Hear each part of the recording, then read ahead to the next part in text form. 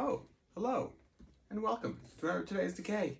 We celebrate births and beginnings of everything important since the dawn of time. It is December 22nd, and here are all the dates that really rate. On this day in 1876, Filippo Tommaso Marinetti was born, the Italian futurist who I really like futurism. I think for the most part, though, I really enjoy the artwork and I enjoy the filmmaking. Conceptually, it can be interesting depending on which branch you're talking about. The Russians, I think, maybe are more my speed.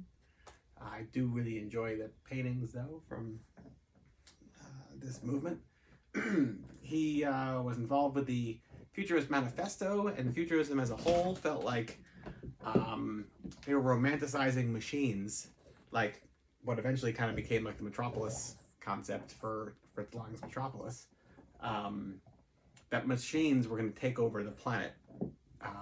Whether they envisioned it exactly the way they did in reality or not is another question. But that war would be cleansing, and that the speed of machines and like the sureness of tanks were going to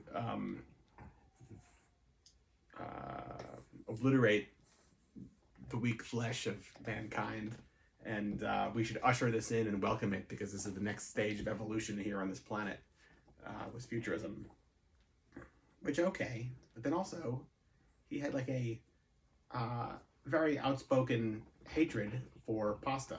So I don't know, he loses me at different points, Marinetti. And I think he also became a fascist, so, you know, across the board, no thanks. Interesting, but no thanks. The film The Mummy premiered in 1932. I love this movie. Zita Johann stars opposite Boris Karloff. Edward Van Sloan replays his heavy role from Dracula. Karl Freund, who was the cinematographer for Dracula just a year earlier, is now the director of this film, with cinematographer James Wong Howe behind the camera. I love this movie. I feel like I saw it when I was a kid and I was underwhelmed, and then I keep going back to it. And I think in a lot of ways it is the 31 Dracula story, but perfected, if that makes any sense. As far as like, it's still somewhat, there's like a cookie cutter concept of like how we're going to tell this story and how we're going to set up the atmosphere and have it all play out, and at which parts are clearly like, you know, staged, and which ones are much more atmospheric. But I don't know. I love this movie. Can't explain it exactly, but it's this really just broken-hearted, sad character, I think, and like I said, always resonates with me. Yeah.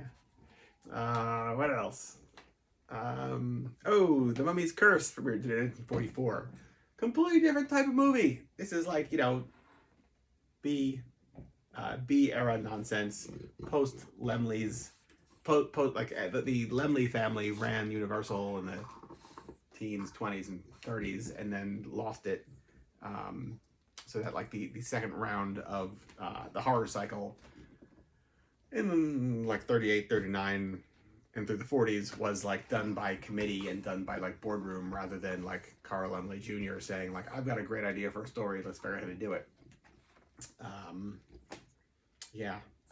This is not a bad one, I guess, all things considered, but it's, you know, ridiculous. It's fun in its own way, this is what I'm saying. This is not a broken-hearted love story from thousands of years ago. This is just schlock being shot in the Louisiana Bayou.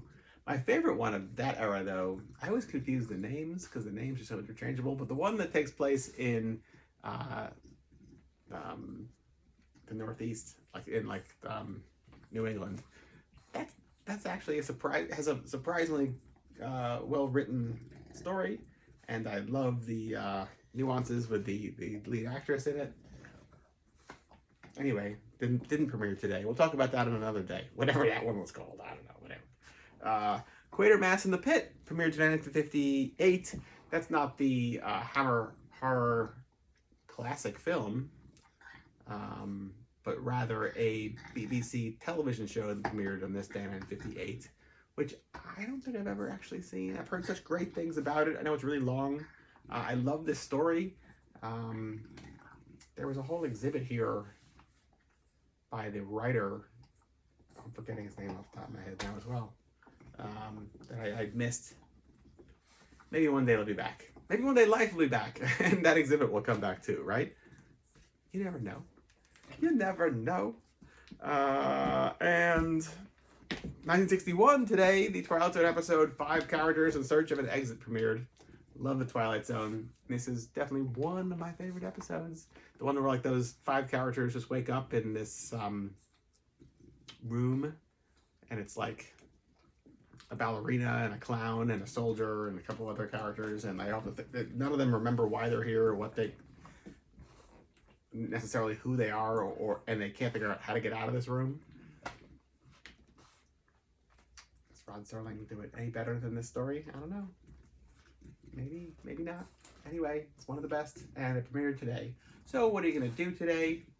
Maybe watch one of these films, because there's a lot of great films to watch on this day. I was talking about this the other day, and maybe people don't realize what I'm doing or why, or where it comes from, I guess. It's not just necessarily in my brain, although it was like collected over many years.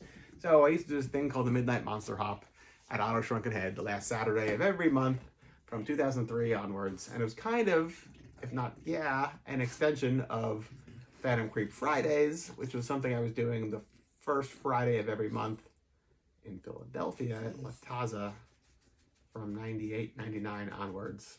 So I was doing monthly gigs with bands and DJs, psychobilly, punk, rockabilly, garage, whatever's good. There's no such thing as genres. Like Lemmy didn't think there was such a thing as genres, and I'm gonna have to agree with him here. So, did all these shows for a long time, literally 20 years every month to the day. And there was like 5 years or so when we like melded Phantom Creep Theater, our like spook show horror host troupe, in with the Midnight Monster Hop. Before that, it was just rock and roll for rock and roll's sake. And then it was like horror hosts hosting a rock and roll show a la Zachary Disco Teen, if you're following along. So that 5-year time where Phantom Creep Theater was hosting the Monster Hop, we put out these calendars. And they look a little something like this. Here was the first year. And now what I'd do is I would book the whole year's bands. And so the last Saturday of the month is like whoever was playing on that day. In this case, January 30th of whatever year was our annual Lux Lives event with the Sick Kids and Brimstones on January 30th, which was also Jerry Lott's birthday, 1938. But there was days I was missing, and it's readable, but like the point is, like, you've got the whole damn year there, and then in the end, when you're done, you wind up with this poster thing to hang on your wall. And then eventually, as I kept going and I kept remembering, oh yeah, let's put this on for next year and that on for next year, we kept doing it. And these are some of our characters, by the way.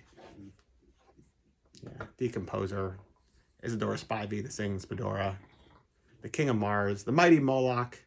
Looks oddly similar to me, but he's a lot taller. He's larger than life. Yeah. Ginger Fritus, a bunch of others. Yeah. Anyway, so that was the first year, and then this is the last year? It's one of the last years. I don't know. We reused some of the backings a couple of years in a row, but as you can see, the contents here got smaller and smaller as I kept like finding more things to add. I definitely needed this should be like a poster size thing, I guess, right? Yeah. Anyway, so that's where this whole thing comes from.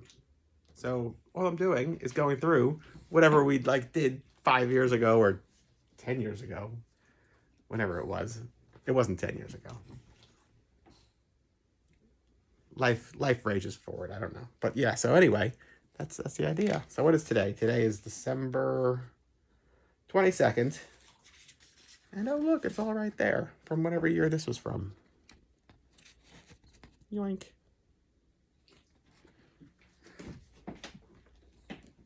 That's the story. Now you know. Till tomorrow, goodbye.